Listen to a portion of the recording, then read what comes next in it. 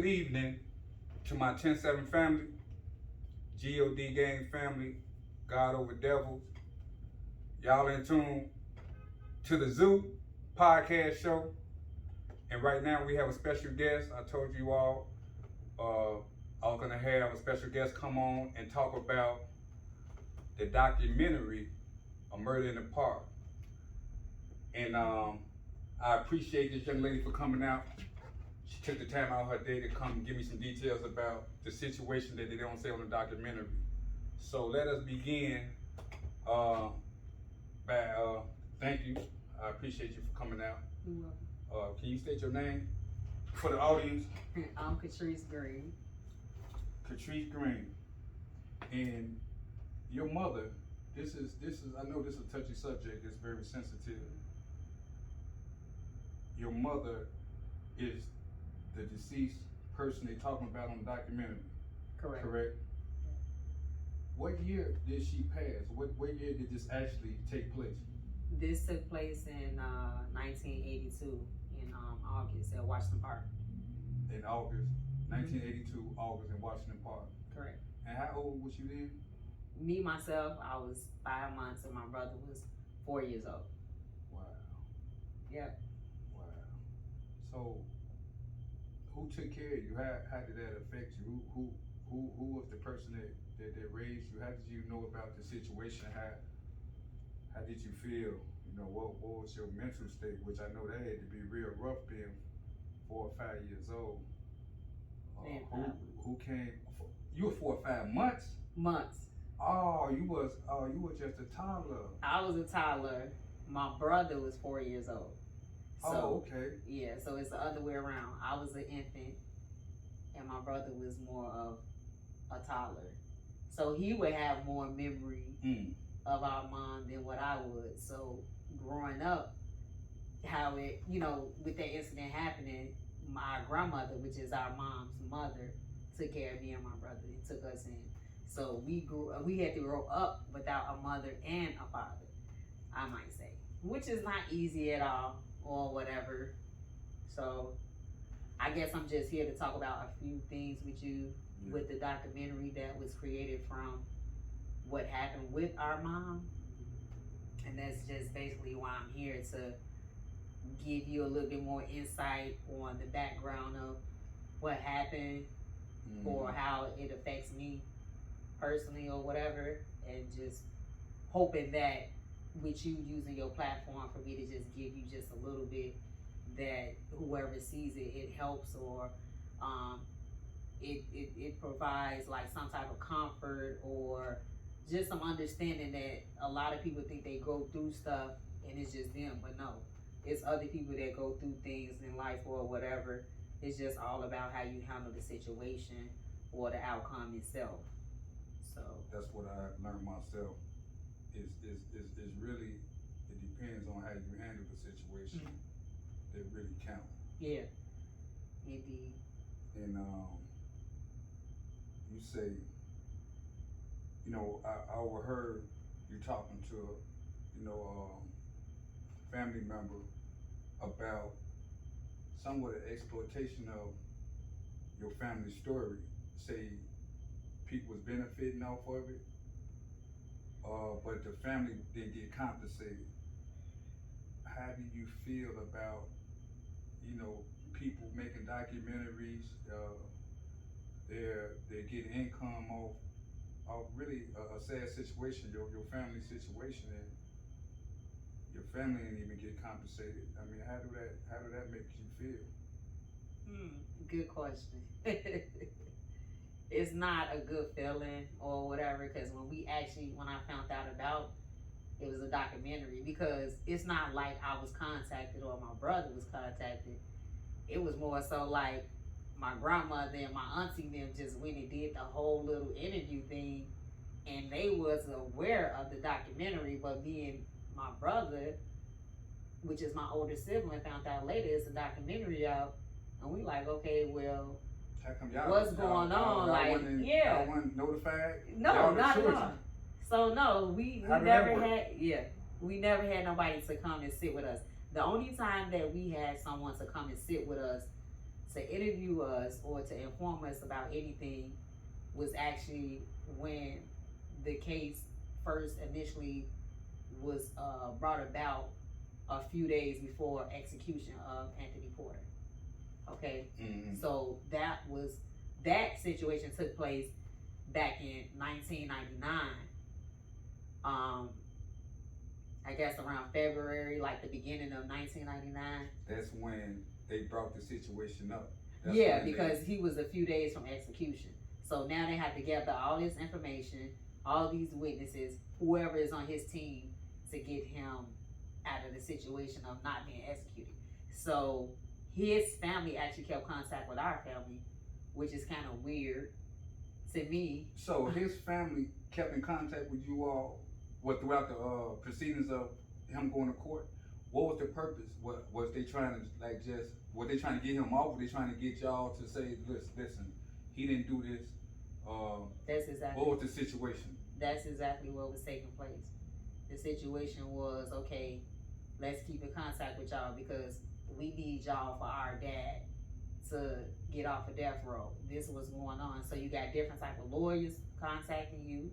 You got news people reaching out to you. As far as like reporters, the only reporters was the news people. We didn't have any cops like the investigation and that part that happened in the documentary. We had no dealers in that, no hand in that. We just seen some of the paperwork that was in the documentary, the autopsies that they showed in that documentary. For me, that's personal. Right. I don't feel like that should have been shown. But a lot of things in the documentary, me and my brother had the opportunity to see that because we went to the actual court proceedings where you see him at. That's Anthony Porter, right? That's Anthony Porter. That's Anthony Porter, that's who was accused of killing your mom. Correct. Do you feel as though he done it? How do you feel? Do you feel, because he got off, right? He got off. Two got off. So we're gonna talk about Anthony Porter and Al Story Simon. Al Story Simon. Now who is that? Al Story Simon is the second guy, the second so-called murder suspect. Oh, so it's two murder suspects. It's supposed to be two murder suspects. But the only reason why it's two is because one's supposed to be compensating and taking stand place of the one that got let off for the death penalty, which is Anthony Porter. So Our Story Simon is standing in place for Anthony Porter's, but the only thing is he can't stand in for death row because they abolished it. It no longer exists. So they have to come up with some type of year or some type of sentencing, since it was so far long ago. They wasn't able to give him nothing too harsh, but it was a whole lot of plagiarism, I feel like, and I think in the documentary, because some things came out in the documentary that I had no knowledge of as well. Oh, wow. That was exposed to my mother's murder and stuff. Things that I feel like should have been shared off camera and not in that documentary. I feel it should have been shared with me and my brother and my grandmother. Exactly. My grandmother is an older lady that was born in 1930, so she doesn't have the recollection or the comprehension to understand what's going on. So that should have been shared with me and my brother. We're adults. Right. So not once did we have somebody to sit down with us when it came to the documentary. That's the part that was major to me and my brother that we never got the chance to really talk about. Right, and had, all the things that you went through. You come up without your mom. I know that had to be harsh, cause yeah, that is. I love my mom to death, and I wouldn't know what to do without her. And that's just heartbreaking knowing that you had to come up like that, and then for you to hear that throughout all of that, you just pop up and you got these people making documentaries about something real private, real sensitive, and then reach out to you. The main people they should have been reaching out is to the kids. Like, don't you think that if you wanna make a documentary, if you wanna speak about this situation, that you should go to the kids first. So I agree with you. That's like some BS to me. Yeah, you would think that the media would reach out to the kids when it comes to documentaries and stuff like that, where you're posting something or you're doing something where you know if it get views and it's being watched, you get paid, or you just using it as a mechanism to do whatever it is that you have planned. Like I don't, that doesn't sit well with me or my brother, you know, with the situation that we in or what's going on with us. So is there anything you all trying to do now to like counter what they did with the documentary? Y'all can't take no type of legal action, or is it just it's final? That's just what it is, or you feel as though you have some type of fight, some type of legal fight? that's the part that me and my brother are trying to conclude, as far as what we can do when it comes to that, because when you have a family that's not wealthy or even middle class or whatever, to have the funding to pay for different type of lawyers or to even pay for research or what you can and can't do, it's not easy. So when you're working with just what you have and what resources you have, it's a whole lot of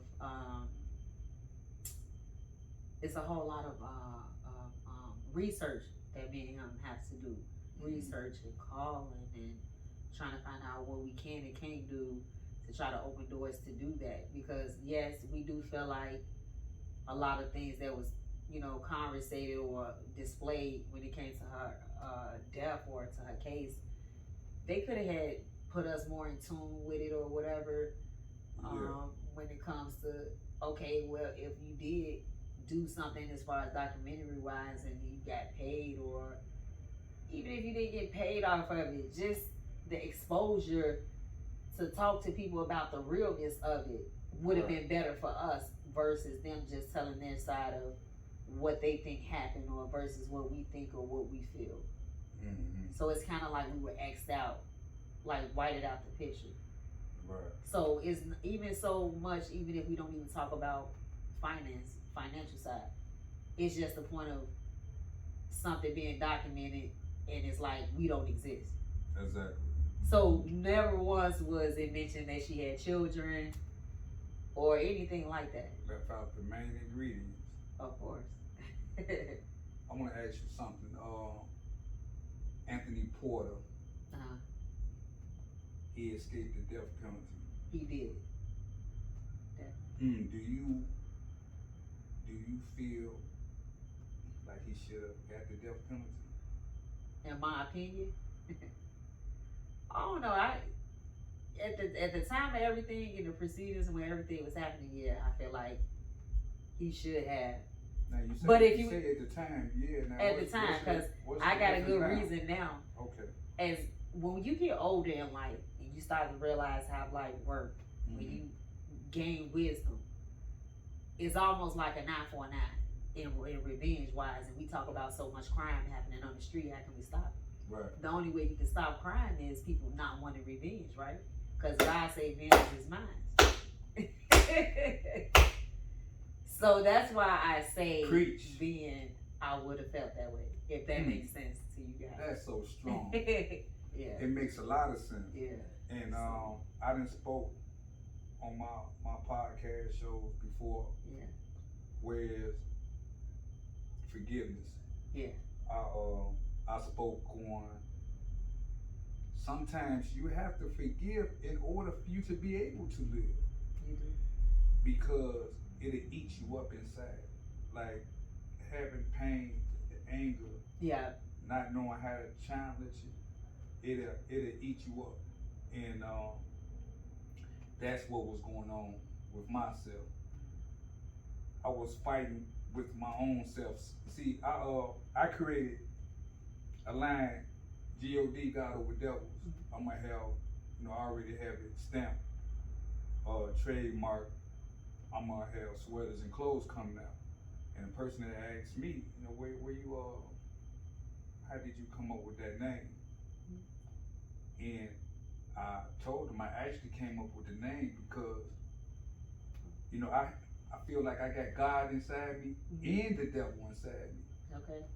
And it's a struggle, a fight that I be having with myself, that I want more of God. I want to be more righteous, but you have them dark sides. Everybody have a dark side, and it's all about who you want to fight for, God or the devil.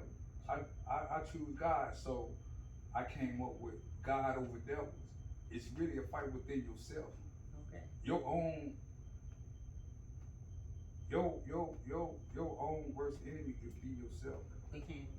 And I think that's what we all have to work on. So yeah, to counteract to what you just said, it was Those deep. are. I didn't want to interrupt you, but Virginia those are. Green. That's my mother right there. That's my aunt right there. Jacqueline Green. So that's another picture of my mom there. Oh wow. So I had glanced and noticed that when you was talking, so I just wanted to point that out to the people that's watching. At that point, they started showing my siblings as you were speaking on, you know. So they contacted, you say your grandmother is They on contacted siblings, but it just wasn't the right siblings. Right one. I felt like, I'm not saying that your brothers and sisters don't mean anything, but when you're talking about a household of individuals, it's supposed to be the mother, the father, and the children. Yeah, you get what I mean? Like a chain of command. A chain of command. Yeah. So that's not what happened. That's not what took place.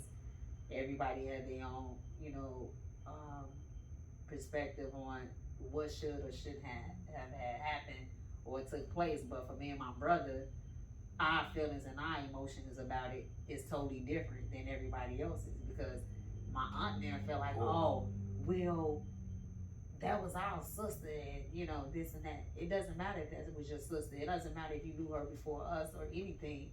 The main thing is her mother was still alive. My grandmother definitely should have been in there. I never would discredit her for being in there, because when she said she couldn't cry, the focus should have just been on her. If anything, if I had to take any of it out, and if they didn't put us in that, they could have just focused on my grandmother and her pain, because I feel like my grandmother never grieved over it, really, never really got the chance to grieve, because she took responsibility of me and my brother. So she still, I don't know, I guess to me, I don't think she got to grieve, because she started having to be responsible of raising more children or whatever. You get what I mean? Yeah, I get it. So yeah, and then with me being a daughter and her losing a daughter, her grip and her bond is different with me than it is her other kids. So her bond a little bit stronger with you? It is, because she felt like she got her child back. So yeah, it's different with me than her grandchild and as her child or whatever than it is with her own kids. So our bond is different than all her grandkids and her kids. Oh, that's deep. And I think that affected my childhood too. Me and my brother, like growing up, like how you being treated. Let me ask you, without parents. how did you get through something like that? You didn't receive no counseling? I mean, it's coming up. I guess it's counseling right now. Yeah. I get to do a podcast and just breathe or just vent a little bit, but I don't want to do too much or want it to be too overwhelming, because me myself, I don't like getting emotional over it or when I'm discussing it.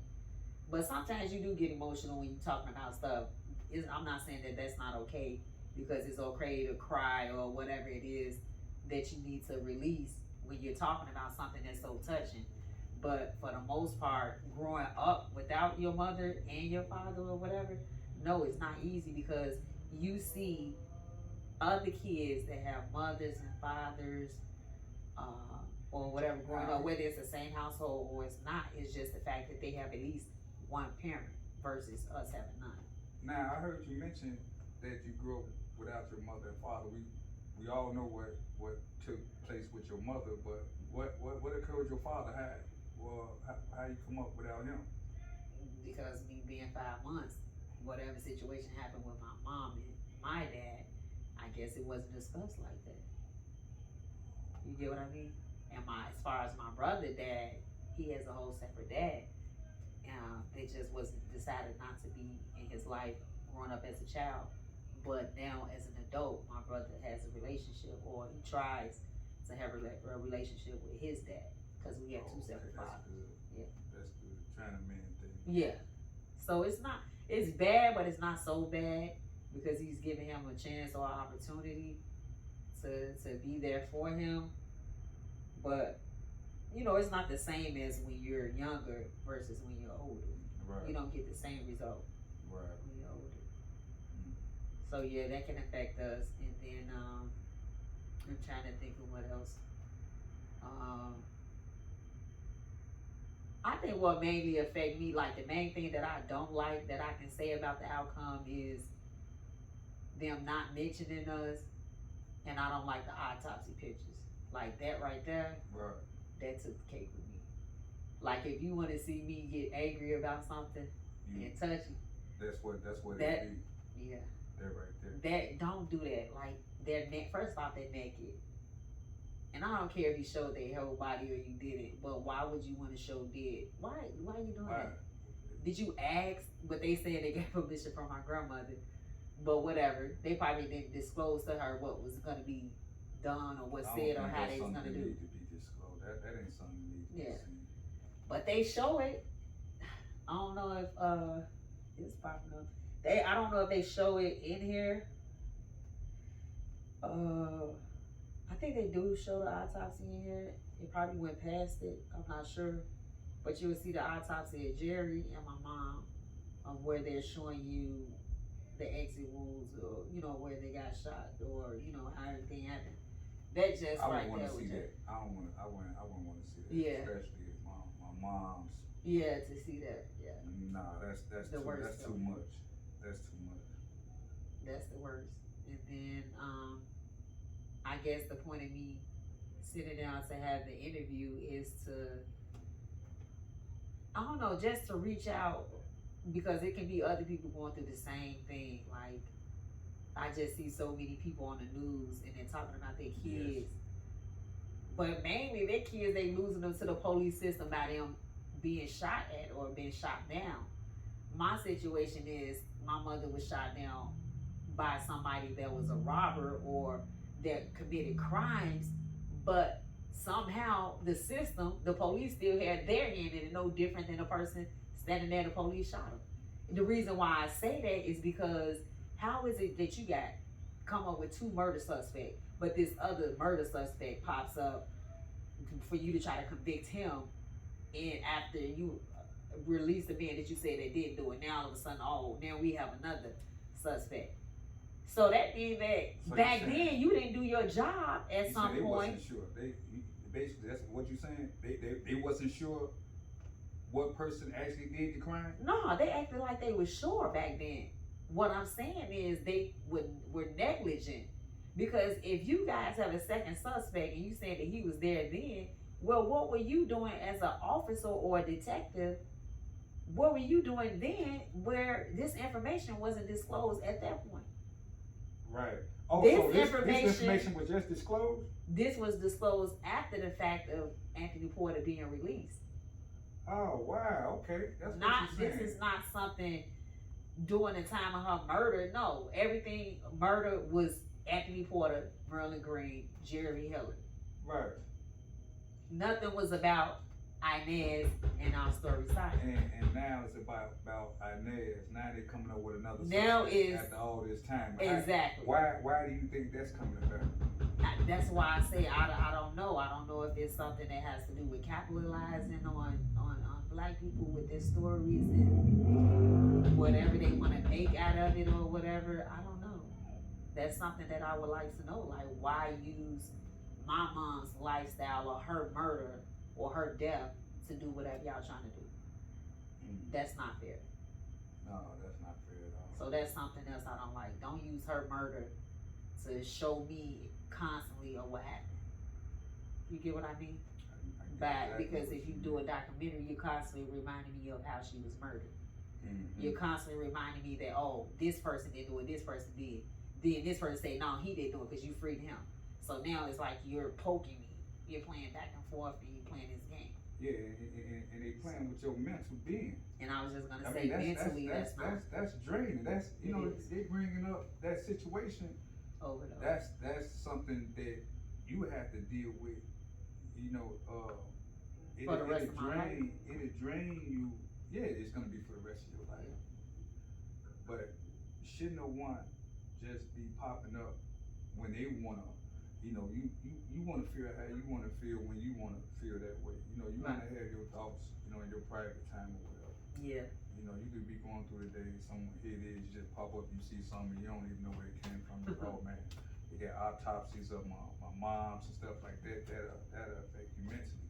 And me personally, I think, you know, all what you have been through, what you didn't succumb, I think it's time to start speaking about it. I think it's time to seek some help, because a lot of us go through a lot of things throughout our childhood that we should have got help for at that time in our childhood, and it builds up. We've been going through this stuff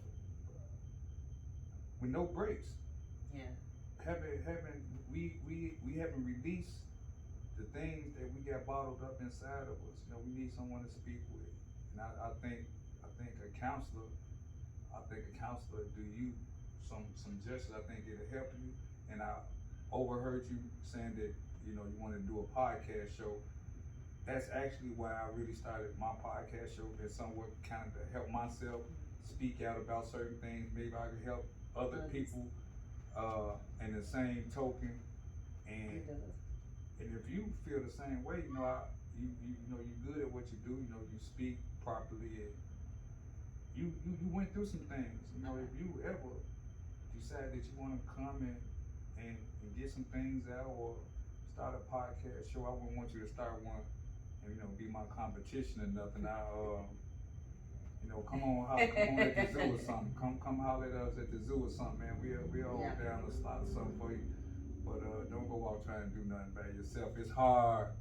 It's hard trying to do it by yourself. Believe me. You're gonna need some help with this here, you know. But I really appreciate you coming out. We can make this, you know, we could speak again about this.